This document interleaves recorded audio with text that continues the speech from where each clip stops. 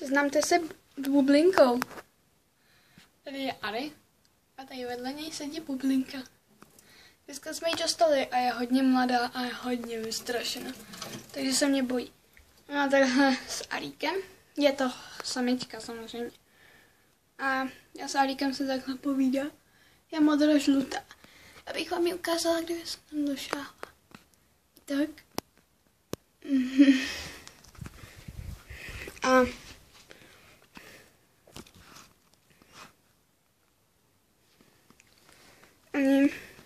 je hrozně roztomilá, no. Už mám 2 andulky. Doufám, že teďka Arík bude šťastný, když už nebude sám. Nevím, jste to slyšeli, ale asi Bublinka něco chtěla říct.